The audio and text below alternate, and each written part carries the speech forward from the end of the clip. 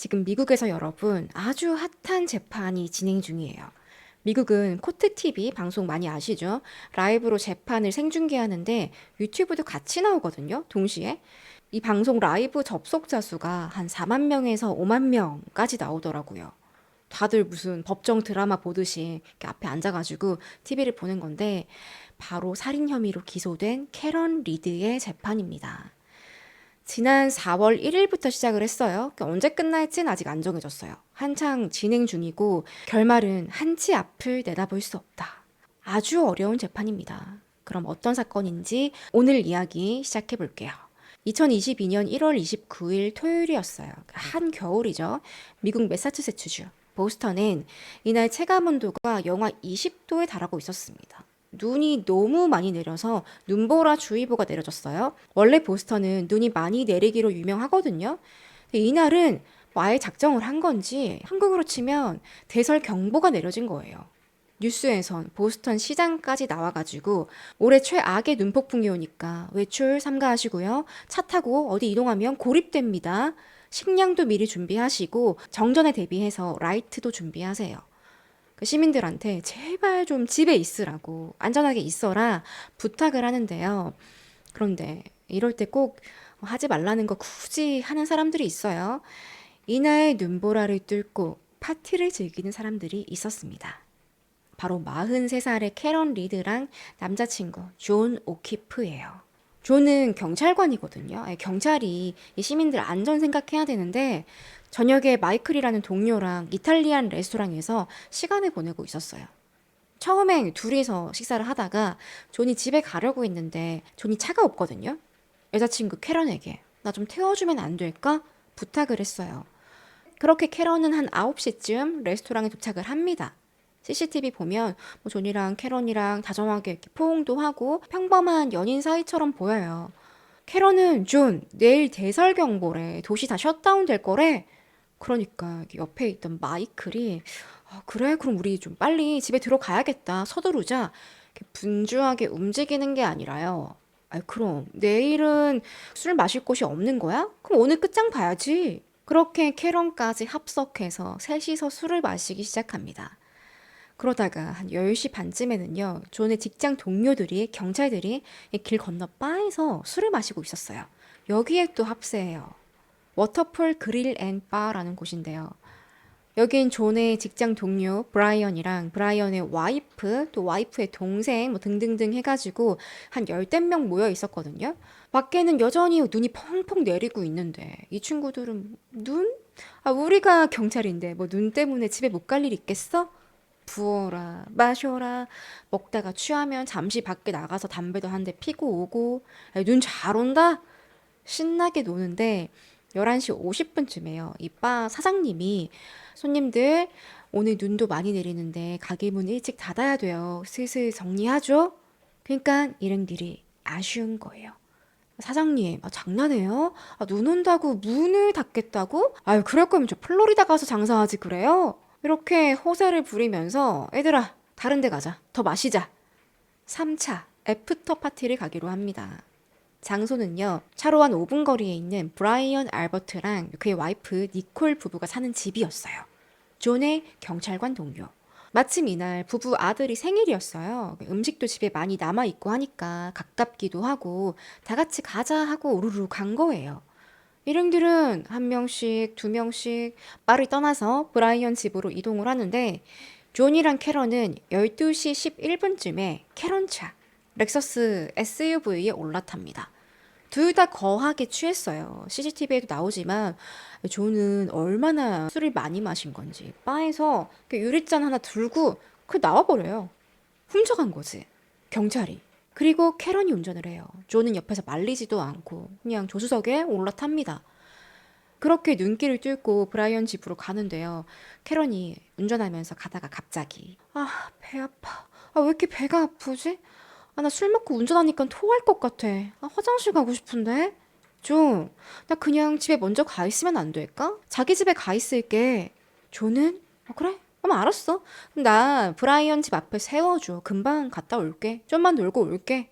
존은요, 외투도 하나 안 입고 있었거든요. 그냥 얇은 후드티 하나 입고 브라이언 집으로 후다닥 뛰어 들어가요. 캐런은 만취한 상태에서 운전해가지고 존의 집에 도착합니다. 그게 12시 반이었어요. 존의 집은요, 존이랑 존의 조카 둘이 함께 사는 집이었어요. 근데 이날은 조카 하나는 다른 친구 집에 놀러 가서 자고 오는 날이었고, 다른 아이 하나만 집에 있었습니다. 캐런은 집에 들어와서 조카 잘 있나 확인 한번 해보고 존에게 연락을 했어요. 나 잘 도착했다. 너도 술 좀만 마시고 들어와라. 그 얘기하려고 전화를 걸었는데 안 받더래요. 몇 분 뒤에 또 걸었는데 계속 안 받아요. 캐런은 갑자기 화가 빡 난 거지. 이땐 좀 술에 취해 있기도 했고 존이 전화를 안 받으니까 감정적으로 욱했던 것 같아요. 근데 이제는 전화만 한 게 아니라 그 음성사서함에 대고 소리 지르고 막 욕도 하고 화내고 존, 왜 전화 안 받아? 너 지금 다른 여자랑 있어? 미친 거 아니야? F 워드를 남발하면서 막 음성을 몇 개씩 남겼는데 여전히 무응답이었습니다. 결국 캐런은 음성 메시지 계속 남겨요. 나 이 집에서 나갈 거야. 나 떠나면 조카들 봐줄 사람 없지? 애들 집에 혼자 있어야 돼. 전화 빨리 안 받아? 그게 새벽 1시인데요. 12시 반부터 새벽 1시까지 무려 26개의 음성 메시지를 남겼어요. 이거 뭐 거의 발악인 거죠. 그러다가 어느 순간 뻗어서 잠에 들었는데 새벽에 다시 깼어요. 아, 여기 어디야? 맞다. 여기 좋은 집이지? 몇 시지? 하고 휴대폰 보니까 세상에 새벽 4시 45분이었습니다. 아니, 존 아직도 안 왔어? 뭐 하길래 안 오는 거야? 다시 또 전화했어요. 근데 또 안 받아요. 이젠 캐런도 슬슬 걱정이 되니까 아까 같이 술 먹던 일행 중에 3차 애프터 파티에 간 친구가 있어요. 제니퍼라는 친구인데 집주인 아내의 여동생입니다. 캐런이랑 제니퍼랑 친구 사이였어요. 제니퍼는 파티 다 끝내고 자기 집으로 돌아와서 자고 있었거든요. 새벽에 뚜루룽 뚜루룽 캐런이 전화가 온 거예요. 존이 아직 집에 안 왔다. 제니퍼는 아니 존이 집에 없어? 아니 파티에도 안 왔는데? 이게 무슨 소린가? 아니 분명히 캐런이 존을 브라이언 집 앞에 파티하는데 딱 태워줬는데 안 왔다고? 캐런이랑 제니퍼랑 둘 다 깜짝 놀란 거예요. 제니퍼는요, 바에서 브라이언 집으로 이동했을 때 요 커플을 기다리고 있었대요. 캐런이랑 존이랑 곧 오겠지 했는데 아무리 기다려도 안 오니까 존에게 전화도 했어요. 한 12시 넘어서 안 받았대요. 아, 얘네들 집에 갔나? 술 취해서 그냥 간 건가? 말도 없이? 그러고 말았는데 존이 집에 안 왔다고? 캐런만 갔다고? 그럼 존 지금 어디 있는 거야? 캐런은 이제 무섭죠. 남자친구 실종됐으니까. 완전 패닉 상태에서 다른 친구 캐리에게도 연락을 합니다. 캐리도 워터풀 바에서 같이 술 먹던 멤버 중에 하나였어요. 3차 애프터 파티도 갔었고. 캐런은 캐리!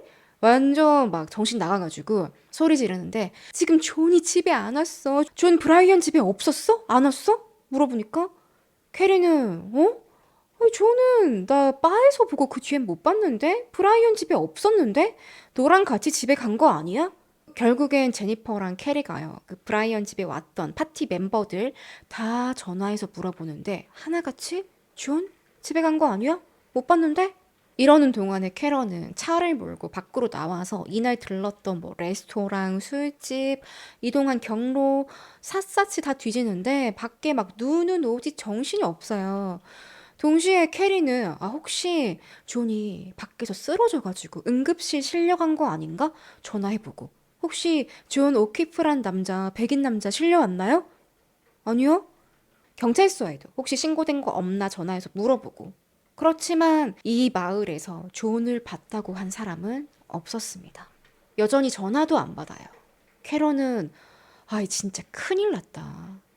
새벽에 밖은 조용하고 도로에 차가 한 대도 없고요. 유일하게 움직이던 차들이 있었는데 거대한 제설차들 드르륵 드르륵 하면서 요란하게 다니고 있어요. 그 순간 캐런은 가슴이 철렁하는 거죠. 혹시 길에 쓰러졌는데 제설차가 휩쓸고 간 거 아니야? 이런 무서운 생각도 들고 그렇게 한 20분 정도 캐런이랑 제니퍼랑 캐리랑 다 같이 동네를 뒤지는데 결국에 안 보이니까 다시 존의 집 앞에 모여요. 그 사이 존이 또 오지 않았을까 해서. 근데 없어요. 존은 실종된 거예요. 애들은 다시 눈보라 속 휘집으면서 뭐 존, 존 이제 소리까지 지르는데요. 어느덧 아침 6시가 되었습니다. 그러다가 캐런이 마지막으로 분명히 내가 브라이언 집 앞에 태워줬는데 없다고 했지만 그래도 가보자 하고 갔어요.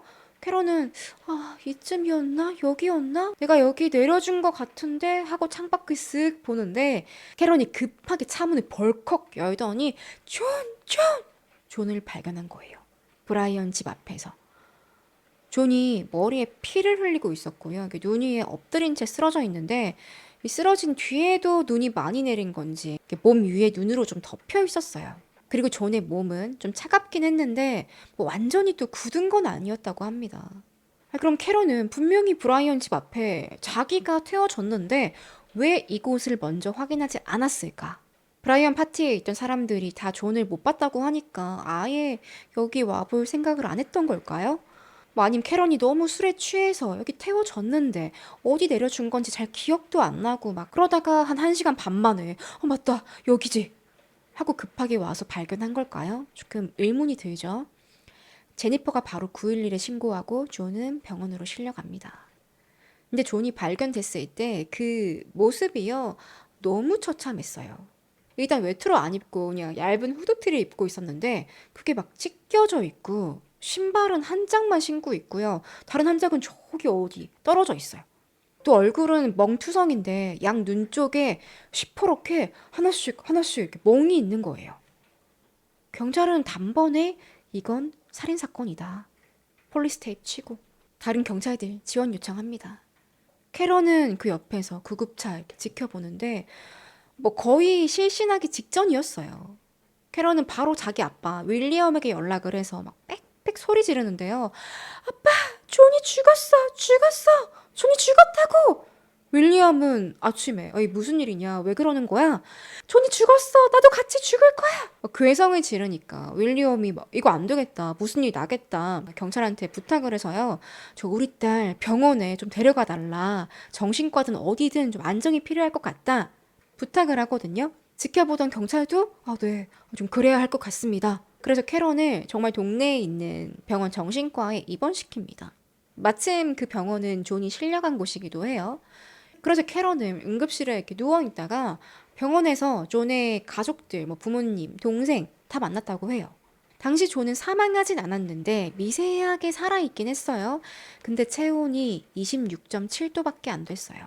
엄청 차가운 거죠. 얼마 안 가서 저체온증으로 사망 판정 받았습니다.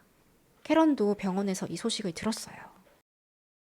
그럼 이 새벽에 존에게 무슨 일이 있었던 걸까요? 왜 눈보라치는 밤에 이 건장한 남자가 머리에 피를 흘리고 쓰러져 있었던 걸까요? 먼저 존에 대해서 알아볼 건데요.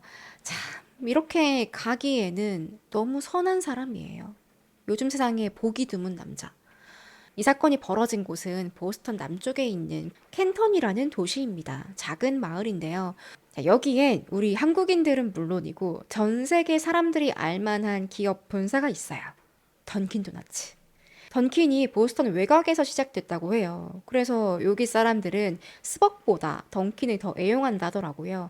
뭐 보스턴 사람들은 던킨의 피가 흐른다 그런 얘기도 있습니다. 존 키호프는 75년 12월생이에요. 직업은 보스턴 경찰. 할아버지가 경찰이었다고 해요. 그래서인지 존은 태어났을 때부터 저는 커서 경찰이 될 거예요. 다짐했고 그 이후에 한 번도 바뀐 적이 없대요. 꿈을 이룬 거죠. 16년 동안 근무했는데 그냥 이 사람은 뭐 근면함, 성실함 그 자체였습니다. 또 존이란 남자의 캐릭터를 아주 잘 설명해주는 배경이 있는데요.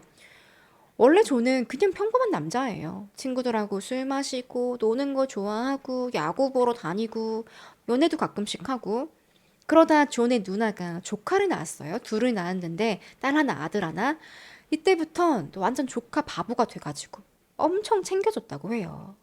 그런데 2013년도에 누나가 뇌종양 진단을 받게 됩니다. 저는 옆에서 누나 병원 갈 때마다 항상 운전도 해주고 또 아이들도 돌봐주고 했는데 누나가요 치료 시작한 지 딱 5개월 만에 세상을 떴어요. 그러니까 조는 누나의 남편 매형이죠 스티브에게 가서 스티브 당신 혼자 그 애들 못 봐요. 우리 같이 삽시다. 내가 도와줄게요. 누나 집으로 들어온 거예요. 총각인데. 정말 쉽지 않은 선택이죠. 마음 단단히 먹었을 텐데 조카들은 첫째 딸이 6살이고 남동생 둘째는 3살이었어요. 완전 애기인데 이 아이들에겐 이제 아빠가 둘이 생긴 거나 마찬가지였습니다. 그런데 너무나 비극적이게도 같이 산 지 2달 뒤에 스티브가 심장마비로 세상을 떠나요. 갑자기 자다가 윽 하고 간 거예요. 저는 너무나 자연스럽게 전혀 망설임도 없이 이 아이들은 이제 내가 키운다. 결혼도 안 했는데 두 아이의 아빠가 됐어요. 한참 손이 많이 갈 때인데 저는 경찰 일 하면서 애들 다 케어하고 팬데믹 때는요 애들이 학교도 안 가고 온라인 수업하고 그랬죠. 부모들이 얼마나 고생했어요. 그 순간도 다 견디면서 키워요. 자, 그래도 연애는 해야지. 총각인데 3살 어린 캐런 리드를 만나게 됩니다. 자, 원래 둘은요 20대 때 한번 만난 적이 있었대요.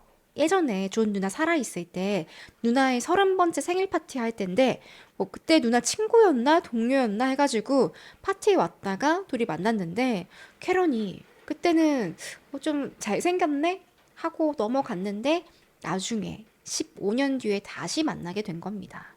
캐런은 아주 능력 있는 여성이었어요. 보스턴에서 파이낸셜 애널리스트로 일하고 있었고 또 벤틀리 대학교에서 강사 일도 하고 있었어요. 캐런은 우연히 페북에서 존이랑 그 존의 조카들 사진을 봤는데 아, 맞아. 그때 이 누나랑 매형이 돌아가셨지. 존이 아이들 키우고 있구나. 참 대단해. 멋있어 보이는 거예요. 그렇게 메시지를 보냈는데 둘이 한 번 만나고 2번 만나고 하다가 정식으로 연인 사이가 됩니다. 이렇게 아이들에게는 존이 아빠나 다름없었어요. 유일한 나의 보호자, 나의 영웅, 우리 경찰관 삼촌. 근데 눈 위에서 피를 철철 흘리고 사망한 채 발견된 겁니다. 아니, 누나 죽고 매형 바로 떠나고 이 불쌍한 아이들 돌보면서 얼마나 헌신적으로 살았어요. 왜 이렇게 세상이 가혹할까요? 며칠 뒤에 존의 장례식이 열리는데요. 소방차까지 동원돼서 교회 앞에 거대한 성조기를 걸고 경찰관 수백 명이랑 또 백파이프 연주자들이 50여 명 모여서 어메이징 그레이스를 연주합니다. 장례식이 열린 교회는요, 또 존의 누나가 사망할 때 장례식을 했던 같은 교회라고 해요. 추모식 진행하는 목사님도 같은 목사님. 또 존의 부모님은 얼마나 마음이 아팠겠어요. 캐런은 정신병원에 입원했을 때 한 몇 시간 정도 안정을 취하다가 번뜩 내가 존의 조카들을 한번 안아줘야겠다. 너무 불쌍한 거예요. 엄마 잃고 아빠 잃고 삼촌까지 잃었으니 내가 가서 좀 따뜻하게 안아줘야지. 입원한 지 반나절 만에 퇴원해서 아빠랑 존의 집으로 가요. 자기 차 렉서스 타고 존 집 앞에 주차까지 하고 딱 내렸는데 아빠 내 차 왜 이래? 여기 깨진 것 같은데? 아빠 윌리엄이 가서 보니까 아니 캐런 차 뒤에 뒤편 오른쪽에 후미등이 깨져 있는 거예요. 너 언제 이랬어? 이거 빨리 고쳐야겠다. 일단 불은 들어오나? 캐런은 운전석에 가서 브레이크를 딸깍딸깍 밟았더니 아이고 불은 들어오네. 얼른 고쳐야겠다. 이렇게 대화를 하고 집 안으로 들어옵니다. 집에는요 존의 아빠 또 존 남동생 조카 둘 중에 한 명이 있었어요. 윌리엄은 아이고 상심이 크시겠습니다. 인사하고 위로도 전하고요. 얼마 뒤에 존의 어머니도 도착을 했는데 캐런이랑 윌리엄이 이렇게 손을 싹 내밀었거든요. 존 엄마가 아예 노룩 패스 쌩 무시하고 가버리는 거예요. 인사도 안 받아요. 그 뒤로 뭔가 캐런이랑 얘기도 잘 안 하려고 하고 눈도 안 마주치고 표정이 너무 안 좋더래요. 근데 뭐 그럴 수 있죠. 지금 아들을 잃은 엄마인데 기운도 없을 테고 또 지난밤에 캐런이랑 둘이 술 마시다가 막 그런 일이 생겼으니까 좀 캐런이 원망스럽기도 하고 그랬을지 모릅니다. 하지만 캐런은 이때부터 분위기 왜 이렇지? 존의 어머니가 이렇게 말은 안 하지만 마치 눈빛으로 캐런, 너 혹시 내 아들 친거 아니야? 뭐 이런 느낌을 받았대요. 그러니까 찝찝한 거예요, 캐런은. 아니나 다를까 집에 가려고 캐런이 주차장으로 갔는데 존의 엄마 차가 캐런 렉서스 뒤에 이렇게 바짝 되어져 있는 거예요. 캐런은 괜히 존 엄마가 아무 말도 안 했는데 아니 내 차 보고 내가 존을 쳤다고 생각하는 거 아니야? 그런 거야? 아무도 의심하는 사람이 없는데 분위기랑 내 차 후미등 깨진 게 괜히 마음에 걸리는 거예요. 이때부터 혼자서 겁을 잔뜩 먹어가지고 집으로 돌아가는 길에 아빠, 아무래도 나 변호사가 필요할 것 같은데? 그렇게 캐런은 인터뷰도 하기 전에 변호사부터 고용을 해요. 근데 여러분, 이런 행위가요, 주변 사람들이 딱 의심하기 좋은 상황이거든요. 아니, 쟤는 뭐 제발저린 거야? 아무도 부른 적도 없는데 왜 변호사를 고용했지? 경찰도 오해할 수 있다고 합니다. 한편 현장에서는 보스턴 경찰들이 단서를 수집하고 있었어요. 근데 전날부터 막 눈이 어마어마하게 많이 와가지고 수사엔 난항이었습니다. 원래는 현장을 잘 보존해야 하는데 특히 눈밭이다 그런 발자국이 제일 중요하거든요. 근데 눈이 계속 내리니까 진짜 30분마다 한 번씩 현장이 바뀌어요. 눈 치우면 쌓이고 또 치우면 쌓이고 아님 바람 불어서 날아가 버리고 눈이. 경찰은 급한 대로 눈 속에 뭐가 있나 살펴보려고 아마 파보기로 하는데요. 뭘 이용하냐면 떨어진 낙엽 청소할 때 이렇게 붕 하고 부는 기계가 있어요. 그걸로 눈을 치우는데 저게 적절하냐. 포렌식 팀에서 와가지고 좀 조심스럽게 치웠어야 하는 거 아니냐. 나중에 논란도 생겨요. 또 존의 시신 옆에는 혈흔이 눈 위에 있었거든요. 보스턴 경찰은 누구야? 이 눈을 컵에 담아야 하는 거 아니야? 저게 플라스틱 컵 있어? 아, 또 우리 집에 있는데요, 집에? 우리 집 가깝거든요? 금방 가서 가져올게요. 아, 그래, 그래. 얼른 가서 가져와라. 경찰이 경찰서 아니고 집에서 쓰는 빨간색 일회용 플라스틱 컵을 가지고 와서 이거 깨끗하네. 에이, 뭐 설거지 했냐? 깨끗한데요? 아, 그래. 여기 담아. 혈흔 담아. 거기다 혈흔 담아요. 컵이 한 대여섯 컵 나왔거든요. 혈흔인데 이것 좀 깨끗하게 보관해야 할 거 아니에요. 근데 이 경찰들 미국에서 왜 마트 가면 주는 그 장 보는 봉투 있습니다. 종이백인데 똥종이에요. 손잡이 없는 거. 거기다가 찹찹찹 담아서 포렌식 팀에 여기 증거, 깨끗한 증거입니다. 아니 무슨 소변 검사예요? 예, 거기 놓고 가시면 돼요. 예, 예.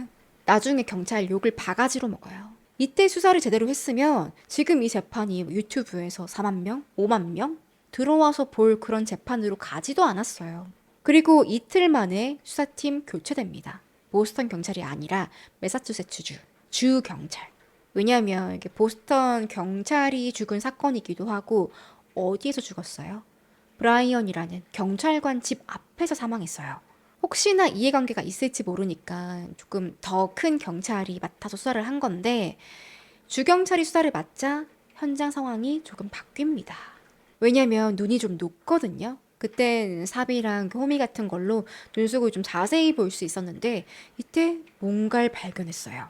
존 시신이 있던 자리 그 근처에서 플라스틱 조각 같은 게 나왔는데 이게 뭐였냐? 깨진 자동차 후미등. 투명한 거, 빨간 거. 나중에 밝혀지긴 하지만 정확히 캐런 렉서스에서 떨어진 그 조각들입니다. 또 존이 캐런이랑 브라이언 집으로 이동할 때 막 술에 취해가지고 칵테일 잔을 바에 있던 걸 가지고 왔단 말이에요. 근데 웬걸 그 깨진 잔 조각도 눈더미 속에 있는 거예요. 경찰은 바로 캐런 찾아가야죠. 사실 캐런은요 이미 조사를 받았어요. 존을 마지막으로 목격했고 또 그 과정을 경찰에 설명하다 보니 캐런 당신 음주운전했어요? 네 했어요. 그럼 알코올 농도 검사해야죠. 그 존 시신 발견된 아침에 한 9시쯤에 병원에서 혈중 알코올 농도 검사를 받는데 0.07에서 0.08이 나와요. 한국에서 이 정도는 면허 취소입니다. 근데 미국은 좀 관대해요. 매사추세츠주는 0.08만 안 넘으면 처벌을 안 받긴 한데, 근데 이게 또 경찰들의 주관적인 판단이 들어간다고 해요. 왜 틱톡에도 영상 올라오는 거 보면, 예를 들면 경찰이 음주운전 적발했는데 기계로 이렇게 훅 부는 게 아니라, 너 내가 추는 춤 따라 춰봐. 이렇게 하면 같이 따라 추는데 또 어떤 데는 알파벳을 거꾸로 외워봐라. 뭐 이런 것도 시킨대요. 이걸 못하면 0.08보다 낮더라도 처벌이 가능하다고 합니다. 아무튼 캐런은 0.08 나왔어요. 근데 이게 술을 마신 지 한참 지났단 말이에요. 12시까지 마시고 9시에 조사받았으니까 거의 9시간이 지난 건데 술이 좀 깼을 거 아니에요? 그럼 존이 태워졌을 때 12시 그때는 더 높지 않았을까? 경찰이 추정하기를 0.13에서 0.15쯤 됐을 거다라고 말합니다. 그래서 캐런은 곧 음주운전으로 기소될 예정이었어요. 근데 캐런의 차 후미등 깨진 조각이 존 시신 옆에서 나왔어? 이거 무슨 연관이 있는 걸까? 수사팀은 바로 캐런 렉서스 압수해요. 증거품 보관실에 넣어두고 살펴보니까 차 앞쪽 그릴에요. 유리 조각이 몇 개 있네? 이거 존이 가지고 나왔던 칵테일 잔 조각이었습니다. 경찰은 이거 캐런이 술 취해가지고 이 존 친구구만. 거기다 구급대원들이 진술하기를 처음에 현장에 도착했을 때 캐런이 막 울면서 I hit him, I hit him, I hit him. 내가 쳤어, 내가 그를 쳤어. 계속 얘기하더래요. 구급대원들 4명이 들었어요. 그 소리를. 그러니까 옆에서 제니퍼가 캐런 너 지금 취했어. 조용히 해. 너 취한 거야. 캐런은 왜 이런 소리 한 걸까요? 정말 존을 친 게 아닐까요? 너무 취해가지고 내가 친 줄도 모르고 그냥 집에 가지 않았을까? 그러고 나중에 후미등 보니까 어이 뭐야? 이거 왜 후미등 깨졌지? 내가 설마 친 거야? 이렇게 된 걸까요? 사건 발생 3일 만인 2월 1일에 캐런은 집에 있다가 창밖이 번쩍번쩍 하니까 뭐지? 하고 커튼을 열었는데 30명이 넘는 경찰관들이 우르르 몰려와서 캐런 체포합니다. 2급 과실치사 혐의였어요. 캐런은 억울하다. 아니에요. 저는 존을 치지 않았어요. 제가요. 존 시신 보고 너무 당황해가지고 Did I hit him? Did I hit him? Did I hit him? Could I? 이렇게 의문형으로 물어본 거지 내가 쳤다라고 절대 말하지 않았다. 강하게 반박합니다. 그러고 당시 LA에서 아주 유명한 변호사, 형사 변호사 앨런 잭슨을 고용해요. 이 앨런은 배우 케빈 스페이스의 성범죄를 무죄로 이끌었던 검사 출신의 변호인입니다. 알렌은요, 이 사건을 아예 다르게 봤어요. 이게 사고가 맞나? 아니, 존이 차에 치여서 죽은 게 맞아? 혹시 살인일 가능성은 없나? 존의 사망 원인은요, 두개골에 여러 개의 골절이랑 또 저체온증이었습니다. 또 눈에 큰 멍이 2개 들어있었죠. 그래서 이것만 봤을 때는 존이 100% 차에 치였다라고 증명하기엔 어려운 거예요. 부검이도 마찬가지예요. 사망 원인은 저체온증, 두개골 골절이지만 이게 교통사고 때문에 발생했다라고 보기는 어렵습니다. 라고 말하거든요. 그렇다면 교통사고가 아니라면 다른 요인으로 사망했을 수 있다 볼 수 있는 거죠. 예를 들면 존이 브라이언 집에 3차 파티 갔는데 거기서 무슨 일이 생기지 않았을까? 당시 브라이언 집에는요 10명이 넘는 사람들이 있었습니다. 캐런이 존을 그 집 앞에 내려준 게 잘 놀다 와 한 게 12시 반쯤이었어요. 존의 시신은 6시쯤 발견됐어요. 그 사이에 5시간 반 동안 술 먹던 사람들이 집 밖으로 나오기도 하고 집으로 돌아가기도 하고 1명, 2명 야외로 나왔단 말이에요. 근데 아무도 존을 발견한 사람이 없어요. 존이 분명 눈 위에 쓰러져 있었는데 그 뒤에 눈이 내렸다 하더라도 존 시신은 눈 위로 드러나 있었거든요.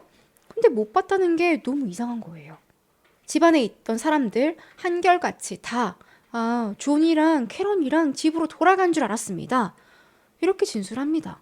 자, 그런데 여기서 아주 이상한 게 발견돼요. 제니퍼 있죠. 캐런 전화 받고 같이 아침까지 존 찾았던 그 제니퍼 여성입니다. 제니퍼 구글 검색어에 뭐가 있냐면 How long to die in cold.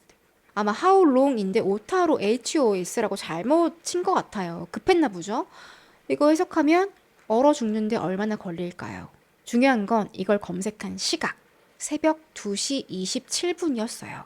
자, 앞서 말씀드렸지만 캐런이 제니퍼에게 전화해서 존이 없어, 존이 집에 안 왔어 이 난리친 게 새벽 4시 53분이거든요.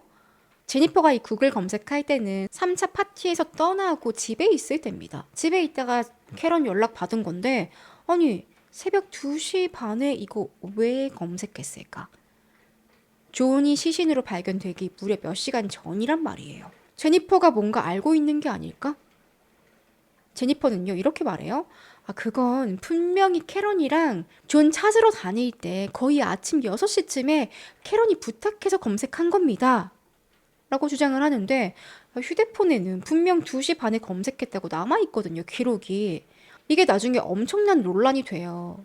왜냐면 FBI가 포렌식 했을 때는 검색 시간이 2시 27분이 맞다라고 말했는데 캐런 측 변호인이 고용한 전문가는 6시가 맞다. 분석 결과가 다른 거예요.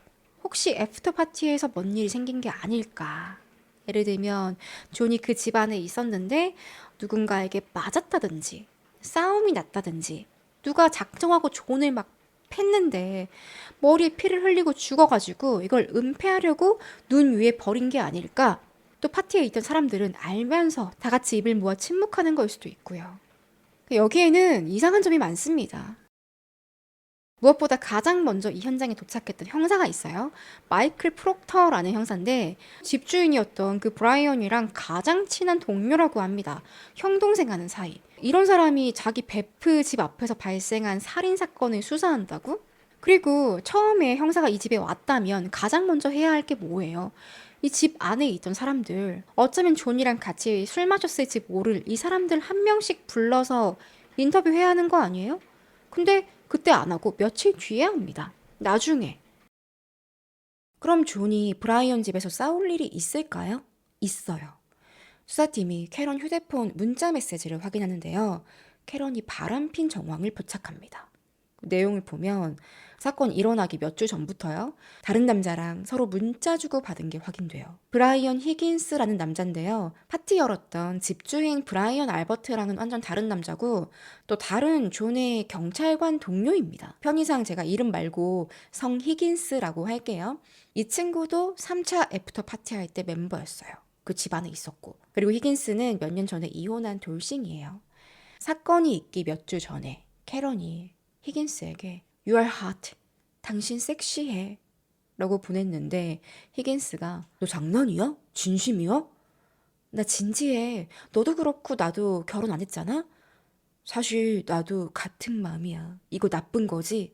언제부터 그런 생각한 거야? 나 요즘 존이랑 사이가 너무 안 좋아.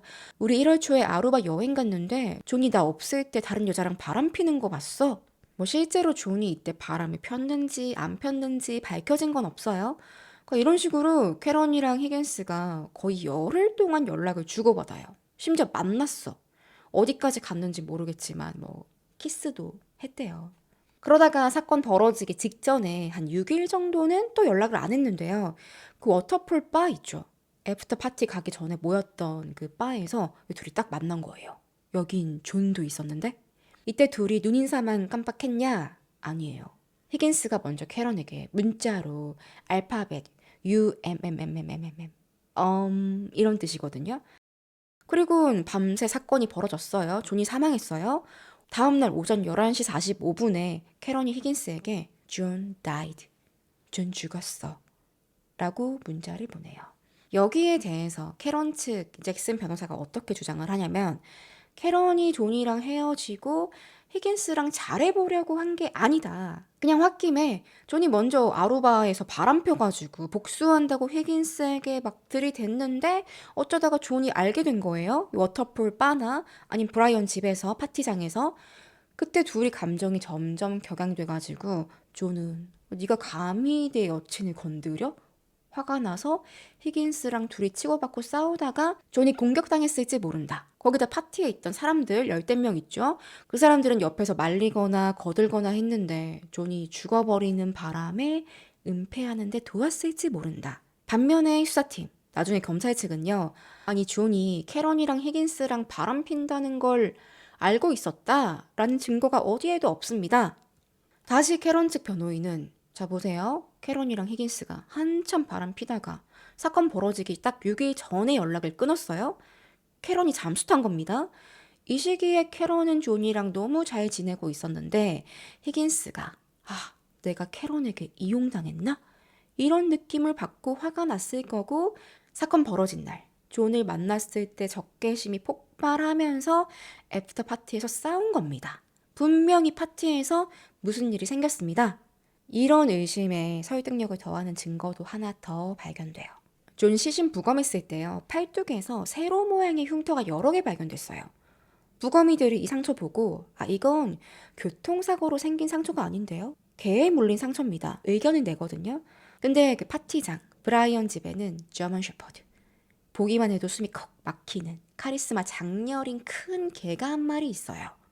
브라이언 집에서 한 8년 동안 같이 살았다고 해요. 그러니까 만약에 존이랑 히긴스랑 치고받고 싸웠다면 말리는 사람도 있었겠죠. 특히 집주인 브라이언, 자기 집이니까. 그때 셰퍼드가 충성심에 자기 주인이 싸움에 휘말려서 힘들어하고 있으니까 존을 콱 물어버린 게 아니냐. 또 이 걔가 예전에 사람을 문 적도 있다 하거든요. 무엇보다 의심스러운 거. 이 사건 벌어지고 나서 브라이언 부부가 저먼 셰퍼드 다른 지역으로 보내버려요. 더 이상 이 집에 개가 없어요. 경찰은 그 셰퍼드 어디 갔어요? 안 보이던데? 물어보니까 그 브라이언 와이프가 저희가 지하실 인테리어 공사해야 돼서 다른 데로 보냈는데요. 8년을 키운 갠데 갑자기 유배를 보냈다고. 또 만약에 존이 브라이언 집에서 살해가 됐다? 그럼 지하실을 통해서 밖으로 옮겨졌을 가능성이 있어요. 근데 이 타이밍에 지하실 인테리어 공사를 한다? 뜯어 고친다고? 이상한 거죠. 그렇지만 경찰은 존이 살해당했을 가능성이 있구나 이런 의심을 하고 나서 다른 사람들 뭐 브라이언 집에 있던 그런 파티 멤버원들을 수사한 게 아니라 캐런에게 더 과중한 혐의 2급 살인으로 추가 기소합니다. 음주운전으로 인한 과실치사 플러스 2급 살인 혐의 플러스 뺑소니. 과실치사랑 2급 살인은요, 혐의는 거의 한 끗 차이인데 형량이 완전 달라요. 음주운전으로 인한 과실치사는 3년에서 20년까지 나오거든요. 근데 2급 살인은 매사추세츠주에서 종신형도 받을 수 있어요. 경찰은 캐런, 당신 그 일부러 존을 들이박은 거 아니에요? 그러고 도망갔지. 평소에 너희 사이 안 좋았다며 존이 헤어지자고 했을 거야. 그래서 존이 바람핀다고 생각도 했고 그 새벽에 음성사서함에 대고 코레고레 소리 지른 것도 그 둘이 사이 나빠서 그런 거 아니에요? 그리고 경찰이 존의 조카에게 물어봤는데요. 삼촌이 캐런 이모랑 헤어지고 싶어 했어요. 12살짜리가. 또 주변에 커플들 지인들도 아유 그 캐런이랑 존이요 맨날 싸워요 맨날 특히 술만 마시면 입에서 불을 뿜으면서 싸웠습니다. 그러니까 경찰은 캐런에게 살해 동기가 있다 추가로 기소해버린 거예요. 캐런은 보석으로 풀려나거든요. 불구속 상태에서 재판을 기다리는데 그동안 캐런은요 저는 억울합니다. 제가 경찰의 함정에 빠졌습니다. 경찰이 나를 범인으로 몰았다고 주장하는 거예요. 그러면서 언론에 적극적으로 인터뷰하는데요. 캐런이 이런 주장하는 이유는요. 존 시신 발견되기 한 30분 전에 존 집에서 운전을 하다가 캐런이 후진을 이렇게 빠르게 하는 장면이 있습니다. 이게 카메라에 잡혔는데 자세히 보면 박았습니다. 뒤에 있는 차 바퀴가 움직이는 게 보여요.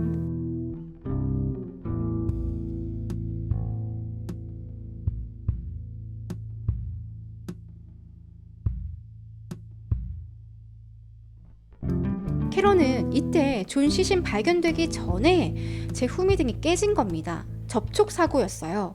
경찰이 고의로 내 후미등 조각을 존 시신 옆에 둔 거다, 꾸민 거다, 나에게 프레임 씌웠다라고 말하고 있거든요. 여긴 존의 집이거든요. 존의 집 주차장. 그러니까 브라이언 집 앞에서 존이 쳤다는 게 말이 안 되는 거죠. 이 CCTV 장면은 언론을 통해서 빠르게 번지는데 사람들 사이에서 수근수근한 거예요. 캐런이 진짜 범인이 아닐 수도 있잖아. 2024년 4월 29일에 캐런 재판 시작됩니다. 지금까지 상황 봤을 때 서로 어려운 싸움이었어요. 검찰이랑 변호인 측이랑 심지어 대중들도 양쪽으로 갈라치기 돼가지고 캐런 리드 살인마다 유죄다 피켓 들고 시위하고요. 그 건너편에서는 프리 캐런 리드 프리 캐런 리드 무죄라고 외쳤습니다. 검찰은요. 캐런이 존이랑 싸우다가 계획적이진 않았지만 고의로 존을 차로 쳤고 눈 위에 버리고 도망갔다. 존이 죽을 걸 알면서도 찾지 않았다. 라고 주장을 했고요. 캐런 변호인은 존은 분명 브라이언 집 안으로 들어갔고 거기서 어떤 다툼이 있었을 것이다. 그 이후에 눈에 버려졌을 겁니다. 그러니까 셰퍼드한테 물린 자국도 있고 존 머리에 그 치명적인 부상이 있는 건 아니냐? 양측 의견이 팽배했어요. 검찰이 제시하는 증거, GPS 기록. 브라이언 집에서 존이랑 싸움이 났을 수가 없습니다. GPS 기록만 봤을 때는 그 집 안으로 들어간 기록은 없어요. 브라이언 집 밖에서 끊겼거든요. 이게 사실이라면 정말 존은 휴대폰을 밖에 던지고 가지 않은 이상 브라이언 집 안으로 안 들어갔겠죠. 이렇게 캐런에게 불리한 증거가 나오자 변호인이 어떤 주장을 하냐면 그 새벽에 눈이 너무 많이 내려서 제설차 한 대가 지나갔습니다. 존이 제설차에 치였을 가능성도 있습니다. 그래서 누가 등장하냐면요. 진짜 제설차 운전기사가 증언대에 나와가지고 네, 제가 그 집 앞을 지나가긴 했습니다. 하지만 맹세코 사람은 보지 못했습니다. 아무것도 못 봤어요. 그리고 캐런 측은요, 애초에 경찰 수사가 잘못됐다라고 말하는데 거기엔 합리적인 증거가 있어요. 왜 처음에 그 낙엽 치우는 송풍기로 부부 해가지고 눈 다 불어버리고 혈흔도 대충 빨간 플라스틱 컵에 담아가지고 국가수 제출하고 또 브라이언 집 앞에서 사람이 죽었는데 브라이언 집 안을 수색도 안 하고요. 거기 머물던 사람들 인터뷰도 바로 안 했어요. 셰퍼드 그 이 안에 뭐 혈흔이 있나 조사 안 했어요. 이게 제대로 된 수사가 맞냐? 여기에 대해서는 보스턴 경찰도 잘못된 거다 인정합니다. 창피하죠. 네, 거기다 추가로 밝혀진 사실. 캐런은 수사 과정에서 경찰에게 희롱까지 당해요. 처음에 보스턴 경찰에서 수사를 진행했을 때 마이클 프록터, 브라이언의 절친이 담당을 했었죠. 마이클이 캐런 휴대폰을 포렌식 했어요. 그 안에 뭐가 있나 다 봤는데 그 결과를 그 위에 보고할 때 뭐라고 했냐면 No nude sofa. 아직 누드 사진 발견되지 않음. 수사하는 경찰이 여성 휴대폰에서 왜 누드를 찾아요. 근데 그 상사는 한술 더 떠가지고 야, 그 여자 여전히 섹시하지? 아, 맞아요. 여전히 핫해요. 근데 딱 보니까 조는 잘못한 거 없어요. 캐런이 그냥 미친년이야. 크레이지라는 단어를 썼습니다. 진짜 뻔뻔한 게 뭐냐면 마이클이 법정에 나오거든요. 증언대 서는데 아무렇지도 않게 예, 제가 누드 사진 없음이라고 말했는데요. 변호사는 열받아가지고 그 제대로 수사한 게 맞습니까? 물어보니까 아니 뭐 그렇진 않죠. 당당하게. 마이클 프록터 정직 처분받아요. 그러니까 캐런 변호인은 이런 것들도 경찰이라고 수사를 했는데 그 결과 우리가 신뢰할 수 있겠습니까? 없겠습니까? 주장하는 거죠. 배심원단은 엄청난 혼란을 겪습니다. 이거 잘못하다가 캐런 아무 잘못도 없는 여잔데 살인마 만들겠다. 무려 5일 동안요. 20시간 넘게 심의를 하는데 이 답이 안 나오는 거예요. 배심원단은 판사님 우리 결론 못 내리겠습니다. 개인의 원칙과 도덕적인 신념에 따라서 증거를 가지고 진지하게 심의를 해봐도 모르겠습니다. 판사는 좋습니다. 그러면 판결 안 해도 됩니다. 이 재판은 무효입니다. 탕탕탕. 배심원 다시 선정해서 두 번째 재판으로 가겠습니다. 어렵죠. 배심원도 한 번 돼보면 스트레스 엄청 받을 것 같은데요. 내가 자칫 잘못 판단하면 한 사람의 인생이 좌지우지 되는 거 아니에요. 캐런 측은 다행이다. 안도했어요. 왜냐하면 많은 수사관들이랑 증인들 또 존의 가족들이 캐런이 유죄라고 가리켰거든요. 그렇게 캐런은 변호인이랑 두 번째 재판 준비했고 그 재판이 지금 한창 진행 중인 거예요. 아직 판결 날짜 안 잡혔는데 뭐 적어도 한 달 이내에는 결론 날 것 같아요. 여러분들 어떻게 생각하세요? 뭐 진실은 본인들만 알겠죠. 하지만 어떤 이유에서든지 존이 이렇게 생을 마감하면 안 됐어요. 추운 겨울에 눈 위에서 죽었어요. 죽은 사람 당연히 불쌍하지만 또 존의 부모님 마음이 어떻겠어요. 딸은 뇌종양으로 죽고 2달 만에 사위가 심장마비로 떠나고 아들도 차가운 눈 위에서 피를 철철 흘리며 죽었습니다. 저는 조카들도 너무 불쌍해요. 존의 죽음은 누가 빼앗아 간 걸까요? 캐런 짓일까요? 브라이언 짓일까요? 아님 정말 지나가던 제설차가 그렇게 한 걸까요? 여러분의 생각은 어떤지 댓글로 자유롭게 의견 남겨주시면 감사하겠습니다. 그럼 저는 다음 시간에 뵐게요.